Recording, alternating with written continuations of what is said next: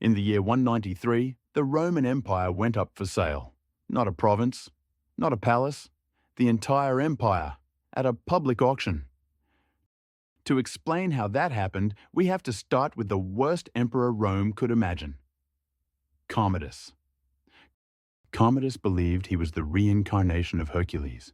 He renamed the months of the year after himself and fought in the arena against wounded animals and terrified prisoners. On the last night of the year, his own staff decided they had had enough. His wrestling partner strangled him in the bath. Now Rome had a problem: no emperor and no plan. The Praetorian Guard, the emperor's personal bodyguards, picked a replacement, an old senator named Pertinax.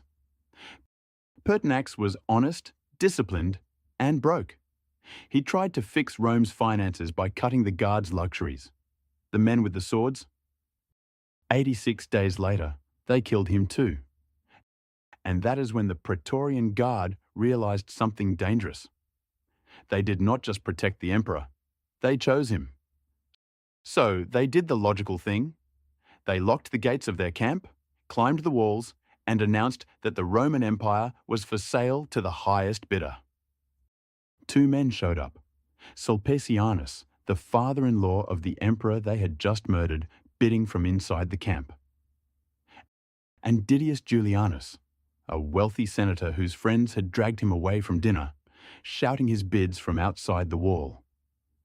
The price climbed: 20,000 sesterces per soldier, then 25,000. Julianus won by promising every guard about 5 years of pay. The total came to roughly $1 billion in today's money. For that, he got the throne, the title, and the empire. What he did not get was anyone who liked him.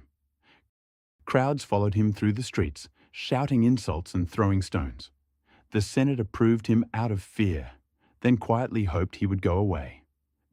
Meanwhile, 3 generals on the frontiers heard the news and reached the same conclusion: if the throne can be bought, it can be taken. Septimius Severus marched on Rome with 16 legions. Julianus tried everything. He sent assassins. They failed. He offered to share the throne. Severus ignored him. He even asked the Senate to declare Severus a public enemy. The Senate declared Julianus won instead. 66 days after buying the Roman Empire, Didius Julianus was executed in his own palace. His last words were a question: "But what evil have I done? Whom have I killed?" Severus entered Rome, marched the Praetorian Guard out onto a field, stripped them of their uniforms, and banished them from the city forever. The Roman Empire was sold once for about $1 billion, and the buyer kept it for 66 days. It remains the worst purchase in recorded history.